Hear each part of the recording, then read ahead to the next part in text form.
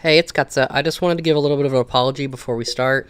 My audio was a little bit desynced on the video, so I will be fixing that for next time.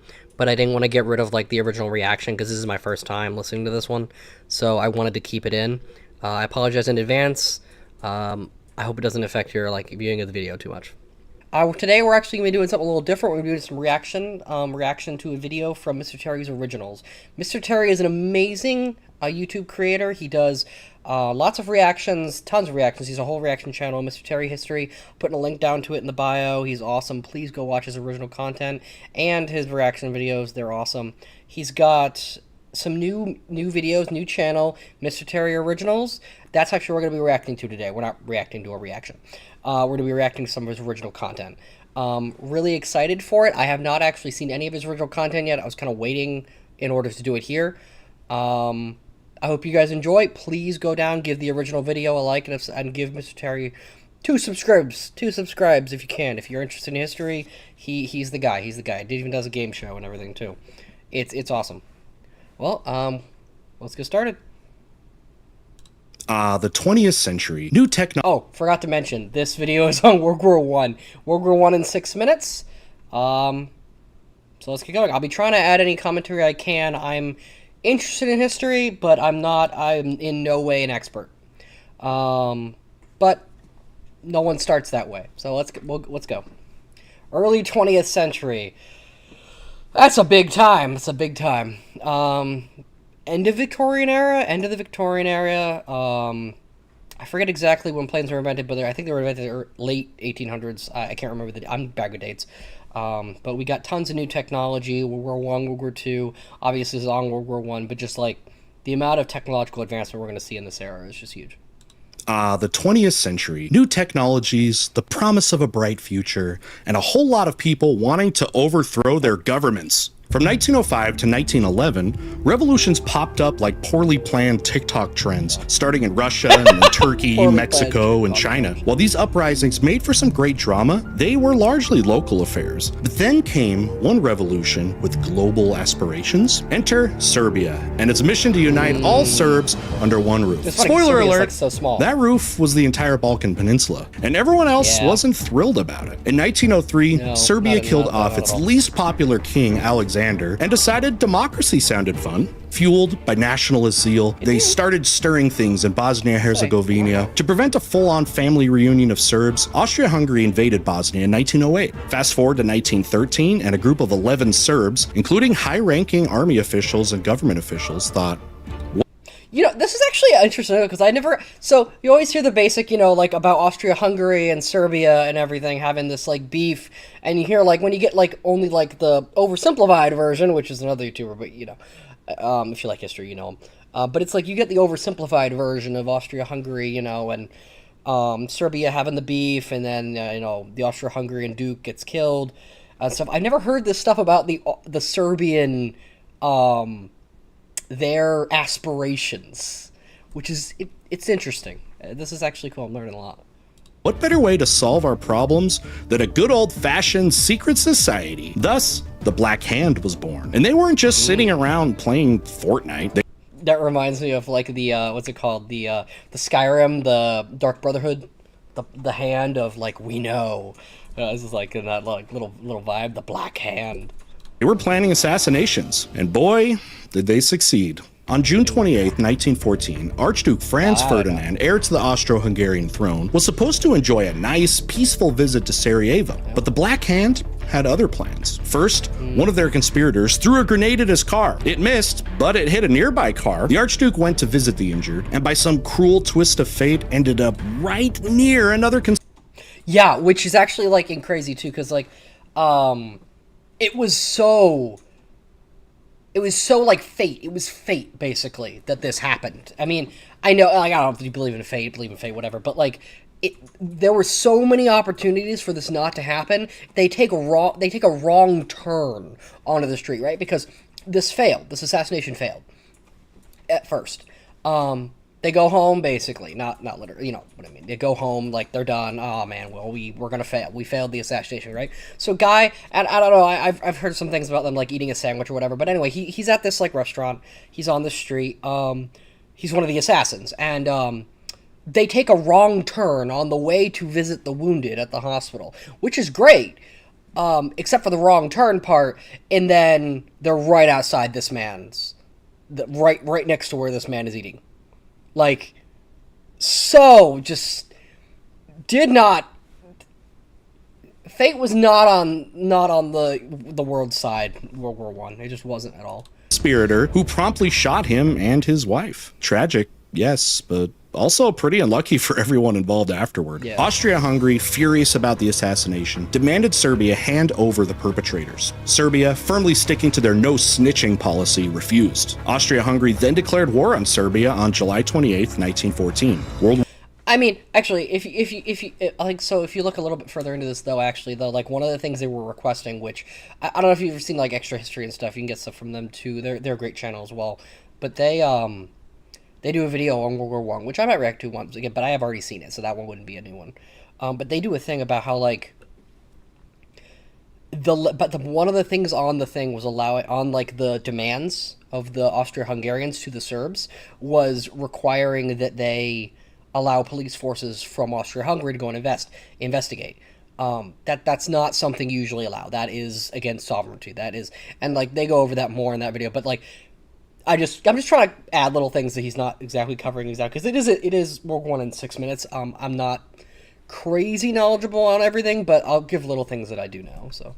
War I was now officially on. Now Serbia, the tiny landlocked nation and home of Nikola Jokic, the GOAT, wasn't the obvious candidate for starting a global war. But because European alliances were basically a complicated web of if you mess with them, I'll mess with you, war quickly spread like a viral meme of someone getting hit in the junk. Russia, while not formally allied with Serbia, decided to back them up. Meanwhile, Germany and Austria-Hungary, old pals since 1882, decided it was time to go to war with Russia and France. Then Germany, in a rather subtle move, invaded Belgium, which meant their friend Great Britain had to get involved. Belgium had been minding its own business, thank you very much. Germany, having carefully studied the art of war by Googling how to win a war against France and Russia, developed a strategy called the Schlieffen Plan, which involved charging through Belgium to quickly take Paris, and therefore France, all before Russia could even finish its probably gross breakfast. France not because they thought because Russia was so big and Victorian Victorian combat was all about getting to the front first, which yes, I mean that's pretty good, but no notes, but it's not all of it though. And their thought is that since Russia's so big, Russia got so many people, it's going to take them long to get to the front. They're not going to get there in time. We're going to be able to take out France and then push all our units over and then take out Russia. Problem. Russia's ready way faster than expected. And the rest is history, which we're gonna hear. So. Not to be outdone, had Plan 17, which involved winning back territories lost to Germany in 1871. Needless to say, both plans epically failed. The war turned into a long, drawn-out trench battle where everyone dug in and made themselves as miserable as possible for years. Trench warfare was brutal, largely because of the stalemate that the new machine guns brought. The Battle of Ypres in 1914, the first year of the war, saw 130,000 Germans and 58,000 British soldiers go down in a month of fighting. And that's not even counting the French losses, which were catastrophic. But hey, at least the soldiers got to enjoy the lovely experience of trench foot. I've heard that there's like a whole line, like literally from the trenches in France that is still, you can tell. Like, you can see, and I think I've seen some pictures of it too, where you can see all the bomb craters and everything, because a lot of the deaths in World War I might need to fact check me here, but I'm pretty sure the majority were from, well, other than disease, were from artillery. And you might need to check me on that, but I'm pretty sure that's the case. Being shelled into oblivion, and to hear the obviously made-up hookup stories that annoying soldier in your platoon, tells everybody. Things didn't improve in 1915 when the Germans thought, hey, how about using poison gas to get the enemy out of their trenches? Better. And thus, the first effective use of chlorine gas. And here's the problem, right? They use it first, but then the Allies use it back. And that's the thing, whenever you like escalate like that, it's kind of, I know we're going a little extreme from poison gas to nuclear weapons, but if like nukes, for instance, right? Let's say Russia uses God forbid, Russia uses tactical nukes or something in Ukraine, right? Well, now that puts tactical nukes on the table. That puts them on the table. Other people can do it too.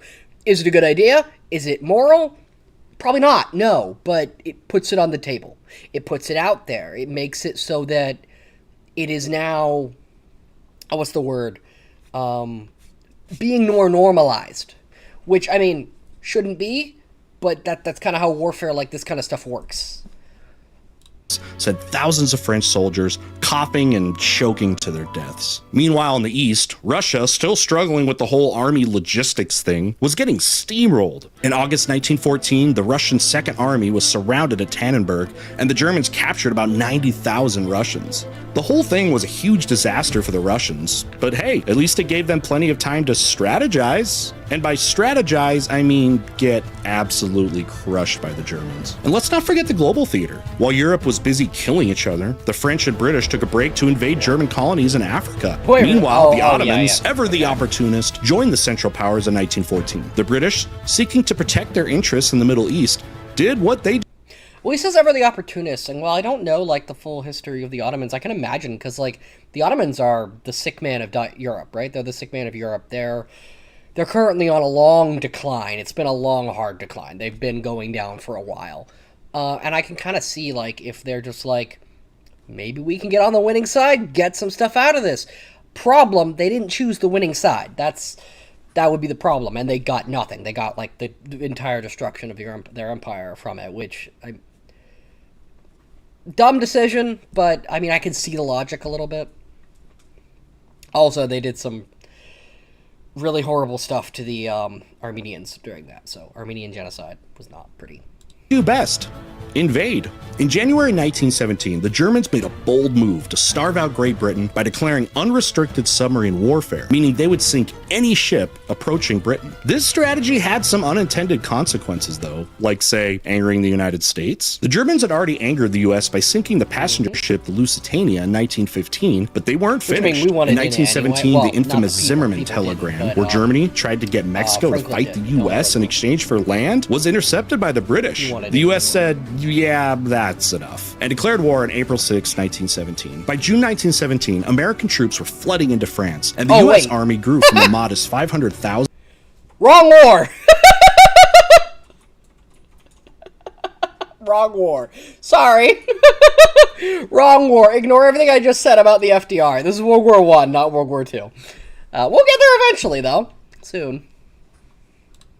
To nearly 3 million in just over a year. The influx of troops and supplies turned the tide of the war, leaving Germany scrambling to regain control. Their spring 1918 offensives failed, and by October 4th, the Allies were on the attack. After 1,600 days of chaos, the war finally ended on November 11th, 1918. This was very thoughtful to help future history students so they can easily remember that the war ended on the 11th day of the 11th month, and yes, at 11 a.m. The casualties... Yeah, but the problem is while they were waiting for that end, more people were dying on the front. Like, yeah, maybe it's nice for history students, but thousands more had to die. I don't know, maybe million. I don't know, maybe not millions, but at least thousands, maybe tens of thousands. Like, that's... Yeah.